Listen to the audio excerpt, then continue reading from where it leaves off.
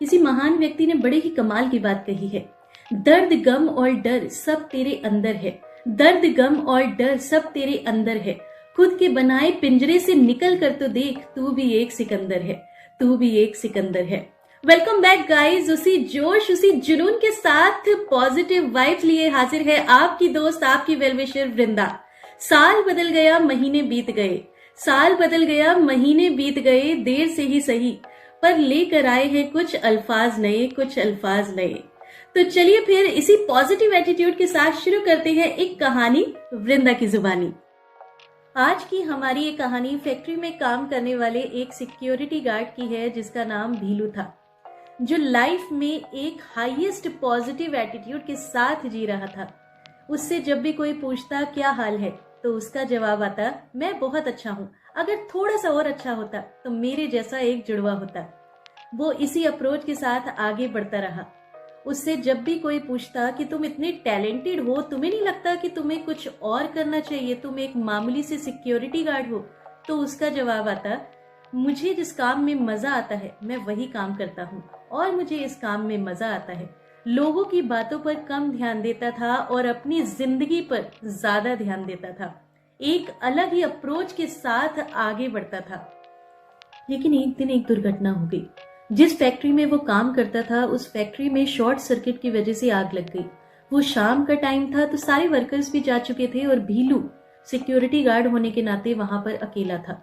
उसने जैसे तैसे फायर ब्रिगेड को कॉल किया और जब तक फायर ब्रिगेड आती उसने सोचा क्यों ना मैं भी थोड़ी हिम्मत दिखाऊं और कोशिश करूं अपनी फैक्ट्री को बचाने की।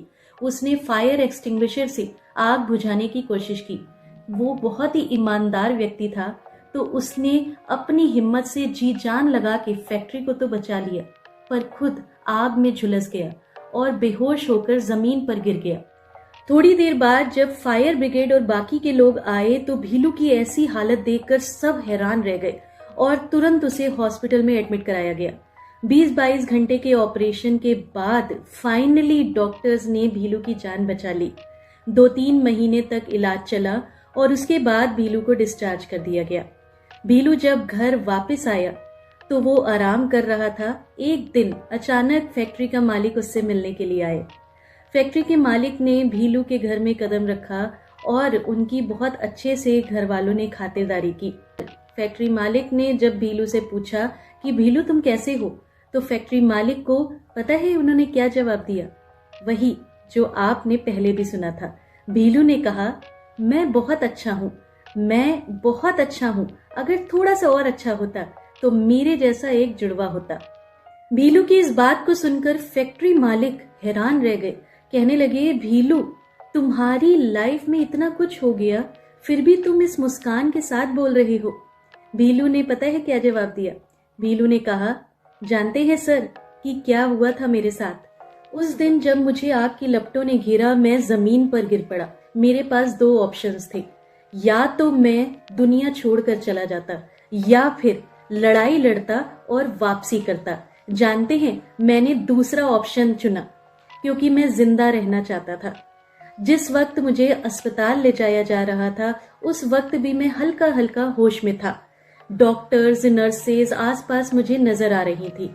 ऑपरेशन थिएटर था वो भी मुझे समझ में आ रहा था।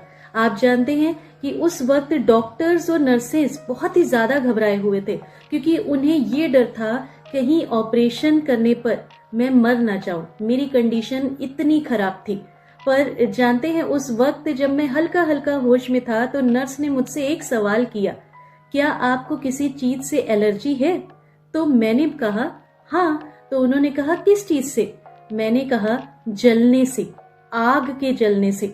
मेरा ये जवाब सुनते ही डॉक्टर्स, नर्सेज सभी खिलखिला के हंसने लग गए और मैंने उनसे कांपती सी आवाज में कहा, मैं मरा नहीं हूँ, मैं जीना चाहता हूँ, मुझे जिंदा रखो।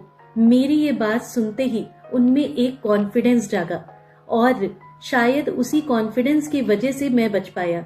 मैं ये नहीं कह रहा कि हो सकता है उन्होंने मेरा इतना अच्छा इलाज किया और मैं वापस आ पाया, लेकिन सर मैं आपसे एक बात जरूर कहना चाहूंगा कि मैंने अपने कॉन्फिडेंस को कभी भी खोने नहीं दिया। जिंदगी में आप कैसे रिएक्ट करते हैं, जिंदगी यही है। ऐसे लगा जैसे भीलू ने अपने बॉस को नहीं, हम सबको एक बहुत बड़ी बात सिखाई है। लाइफ में आपके सामने बहुत सारे चैलेंजेस आएंगे। लाइफ आपकी परीक्षा यूं ही लेती रहेगी।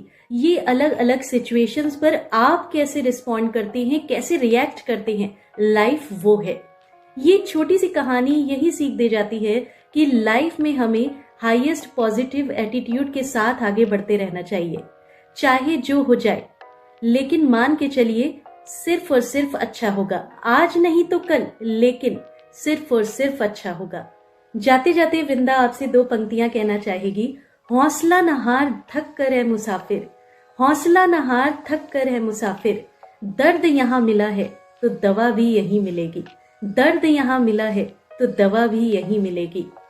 एक बार फिर से वही बात जो अक्सर आपसे कहती हूँ, ऊपर वाले के आशीर्वाद के साथ, अपनी मेहनत और अपनों के प्यार के साथ, मेरी बातें, मेरी कहानियां अगर आपकी लाइफ में एक पॉजिटिव मोड़ लेकर आती हैं, तो उससे बड़ा अचीवमेंट मेरे चैनल के लिए और कुछ भी नहीं।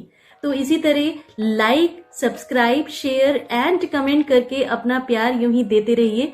थैंक यू सो मच दोस्तों। God bless you all.